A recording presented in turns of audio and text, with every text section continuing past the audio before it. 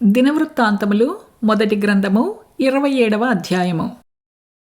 జనసంఖ్యను బట్టి ఇజ్రాయేలీయుల పితరుల ఇంటి పెద్దలు, సహస్రాధిపతులు, శతాధిపతులు అను వారి లెక్కను గూర్చినది. అనగా ఏర్పాటైన వంతుల విషయములో ఏటేటా నెలవంతున రాజునకు సేవ చేసిన వారిని గూర్చినది. వీరి సంఖ్య 24,000.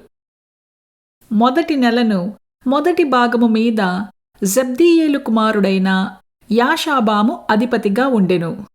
వాని భాగములో 24,000 మంది యుండిరి. పెరేజు సంతతి వారిలో ఒకడు మొదటి నెల సైన్యాధిపతులకందరికీ అధిపతిగా ఉండెను. రెండవ నెలవంతు అహోహీయుడైన దోదైదియు అతని భాగపు వారిదియు ఆయను. అతని భాగమందు మిక్లోతు అధిపతిగా ఉండెను. అతని భాగములో చేరినవారు 24,000 మంది. మూడవ నెలను యెహోయాదా కుమారుడును సభాముఖ్యుడును అగు బెనాయా అధిపతిగా ఉండెను. అతని భాగములో చేరినవారు 24,000 మంది. ఈ బెనాయా ఆ 30 మంది పరాక్రమశాలులలో ఒకడై ఆ 30 మందికి అధిపతి అయి ఉండెను. అతని భాగమందు అతని కుమారుడైన అమ్మీజాబాదు ఉండెను. నాల్గవ నెలను యోవాబు సహోదరుడైన అసాహేలు 4వ అధిపతిగా ఉండెను. అతని కుమారుడైన జెబద్యా అతని తర్వాత అధిపతి ఆయెను.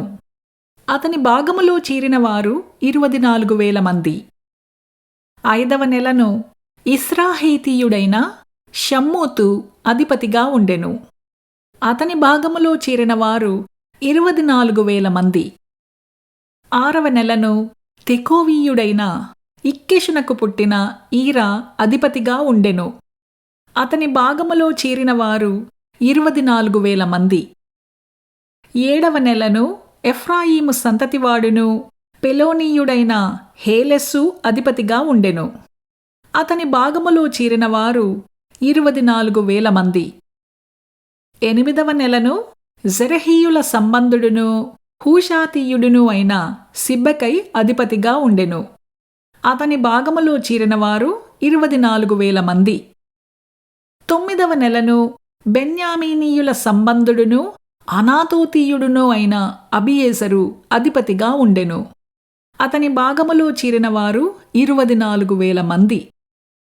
10వ నెలను జెరహీయుల సంబంధుడును నెటోపాతీయుడును అయిన మహరై అధిపతిగా ఉండెను. అతని భాగములో చేరినవారు 24,000 మంది. 11వ నెలను ఎఫ్రాయిము సంతతివాడును పిరాతోనీయుడును అయిన బెనాయా అధిపతిగా ఉండెను. అతని భాగములో చేరినవారు 24,000 మంది. 12వ నెలను ఒత్నీయేలు సంబంధుడును నెటోపాతీయుడును అయిన హెల్దయి అధిపతిగా ఉండెను. అతని భాగములో చేరినవారు 24,000 మంది.